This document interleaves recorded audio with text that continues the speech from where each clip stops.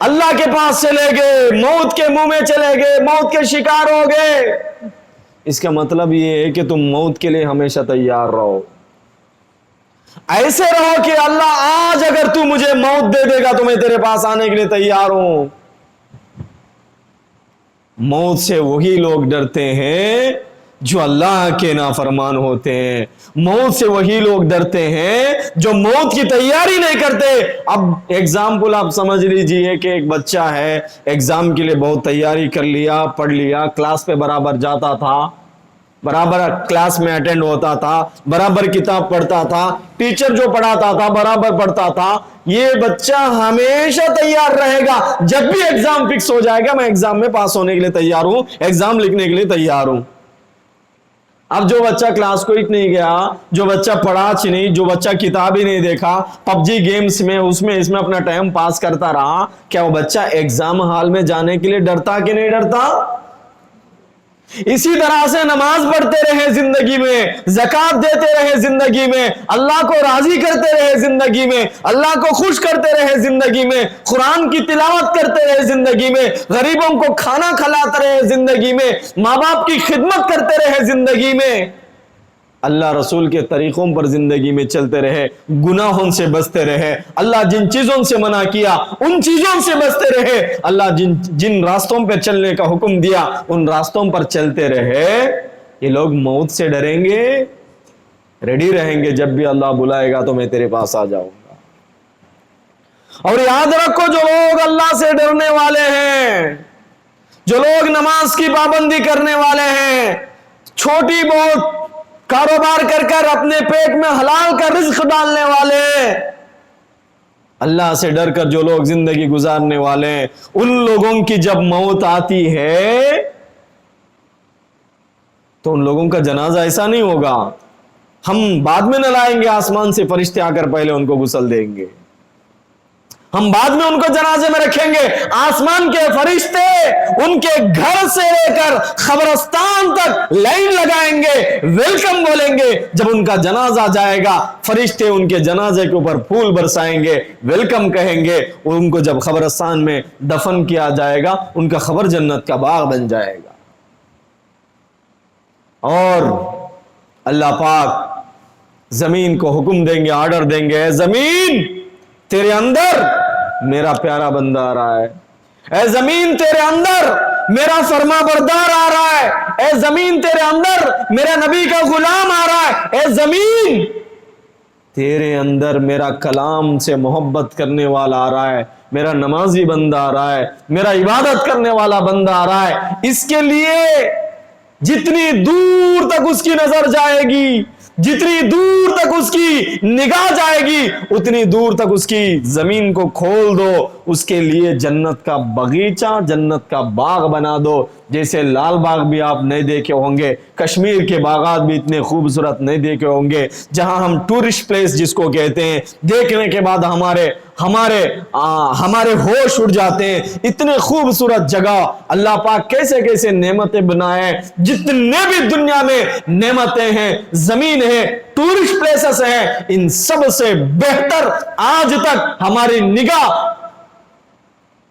کسی بھی ایسے جگہ پر نہیں پڑی ہوگی، اتنی خوبصورت منظر، اتنی خوبصورت باغیچہ، اتنا خوبصورت باغ اللہ پاک ہمارے خبر کو بنائے گا، اور حکم ہوگا کہ سو جا، قیامت تک تجھے کوئی ڈسٹرب نہیں کرے گا، قیامت تک آرام کی نیند سو جا، تو دنیا میں مجھے راضی کرتا رہا، آج تو قیامت تک آرام کی نیند سو جا، اور قیامت میں جب میں اٹھاؤں گا تو سیدھے جنت میں چلا جا۔ یہ کس کے لیے ہے؟ ایمان والوں کے لیے۔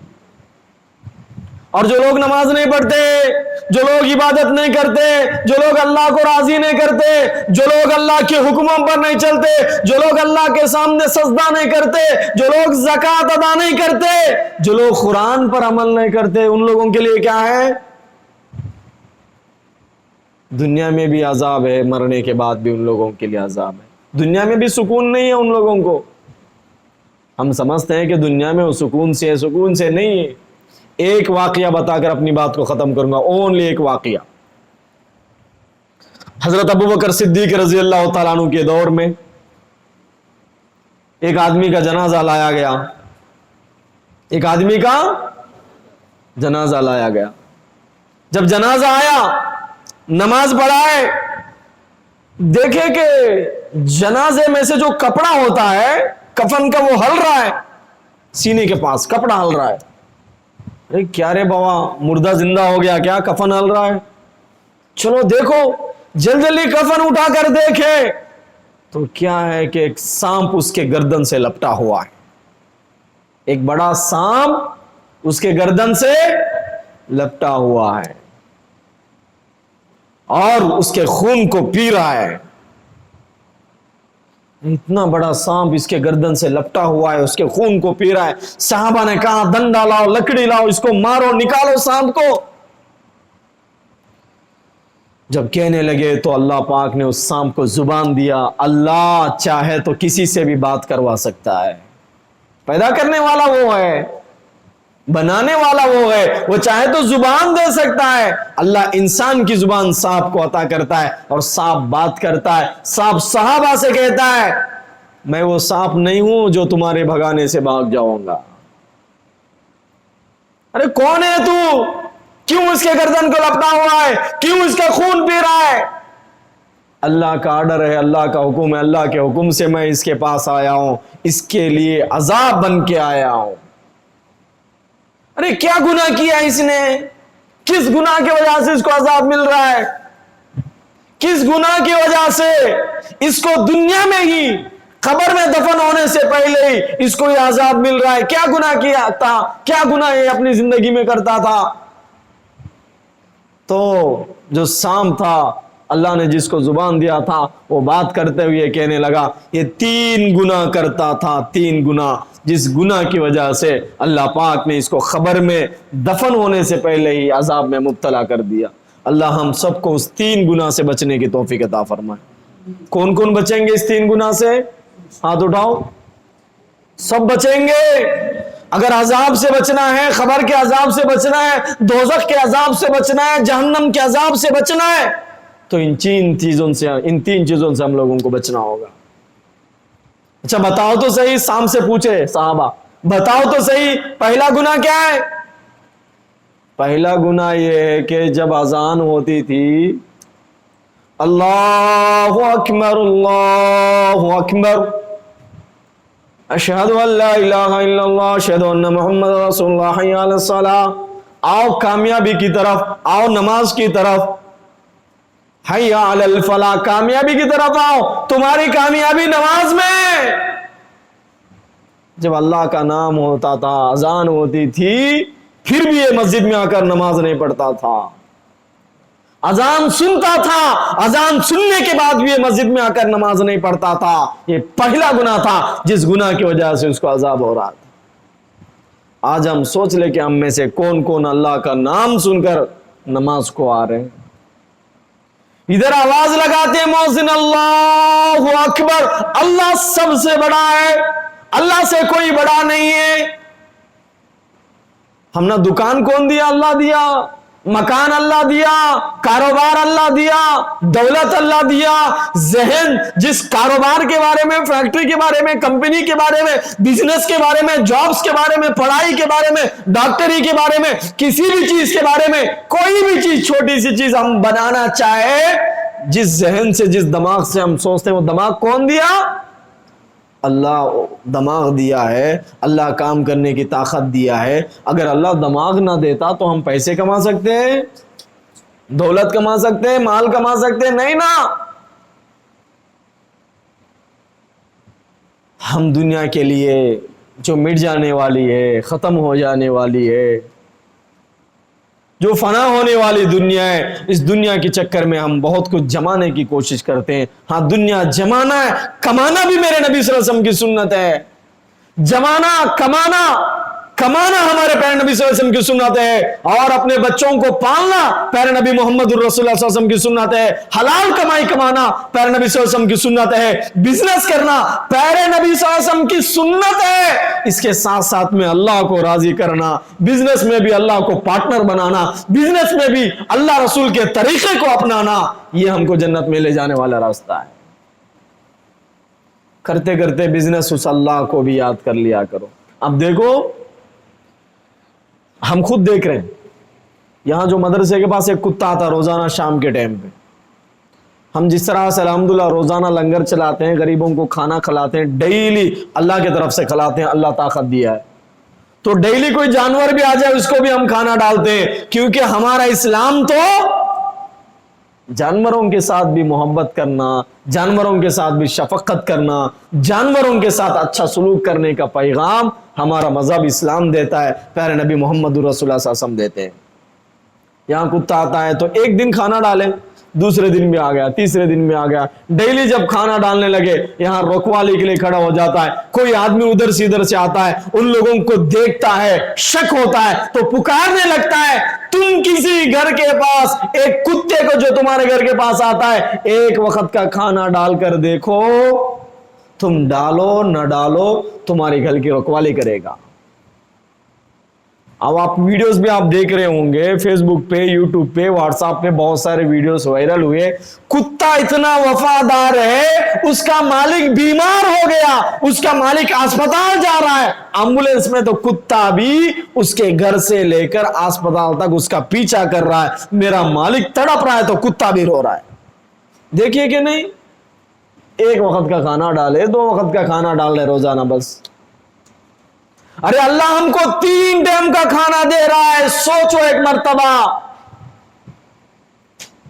رات میں سوتے ہیں, کئی لوگ ایسے ہیں جو رات میں سوتے ہیں تو صبح میں اٹھتے ہیں نا, ہم تو الحمدللہ اٹھ رہے ہیں, کئی لوگ ایسے ہیں جو رات میں سوتے ہیں صبح میں اٹھاؤ نہیں اٹھتے, ان کی روح نکل گئی ہوگی, وہ مر گئے ہوں گے. نیند جو ہے چھوٹی موت ہے. اللہ کے نبی صلی اللہ علیہ وسلم نے فرمایا رات میں سوتے وقت دعا پڑھو, اللہم بسمک اموت و احیا, یا اللہ بسمک تیرے نام سے اموت میں مر جاتا ہوں. اموت کا معنی کیا ہے؟ میں مر جاتا ہوں. و احیا, اور تیرے نام سے میں جیتا ہوں, زندہ ہوتا ہوں. کیا پتا کہ رات میں نیند میں ہماری روح نکل جائے, اللہ صبح میں ہم کو اٹھا رہا ہے, ہمارے بچوں کے کمائی کا ذریعہ ہم کو بنا رہا ہے, ہمارے بچے ہمارے آنکھوں کے سامنے ہم دیکھتے ہیں, یہ زندگی ہے, کماتے ہیں, یہ سب کچھ اللہ طاقت دیا. اللہ اگر 2 منٹ کے لیے بھی اس سانس کو, ہوا جو آکسیجن چل رہا ہے, ہوا کو اللہ پاک روکا لیتا تو کون کیا کر سکتے ہیں؟ کرونا ہے تو کون کیا کرے؟ کون سی دنیا کی سپر پاور طاقت کرونا کا مقابلہ کری؟ کرونا سے کوئی لڑنے کی طاقت تھی کسی کو؟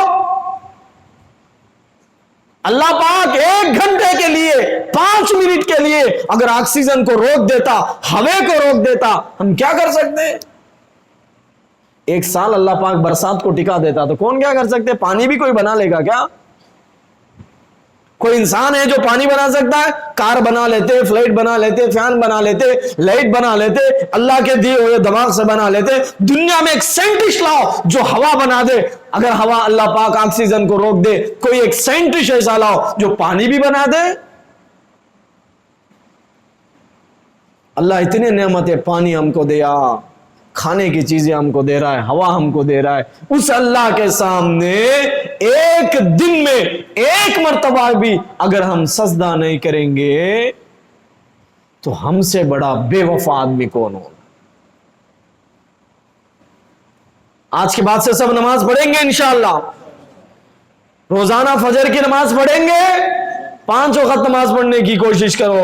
ہمارے اوپر 5 وقت نماز پڑھا جائے, ارے بھائی 5 منٹ لگتے نماز پڑھنے میں, 24 آورس ہے ایک دن میں, تو 24 منٹس لگتے 5 وقت کی نماز پڑھنے میں, تو کم از کم 25 منٹ, آدھا گھنٹہ اللہ رسول کے لیے نکال لیا کرو, تمہاری زندگی بن جائے گی. یا اللہ پہ احسان نہیں, ہماری زندگی بنے گی. نماز کی پابندی کریں گے سب انشاءاللہ. بتا رہا تھا, سانپ بول رہا تھا کہ پہلا وہ آدمی ہے جو آدمی نماز نہیں, پہلا اس کا گناہ یہ ہے کہ وہ نماز نہیں پڑھتا تھا اذان سننے کے بعد بھی. اچھا اب صحابہ پوچھنے لگے بتاؤ تو صحیح کہ اس کا دوسرا گناہ کیا ہے؟ تو وہ سانپ جو اللہ جس کو زبان دیا تھا, سانپ بولنے لگا اس کا دوسرا گناہ یہ ہے کہ اس کے پاس مال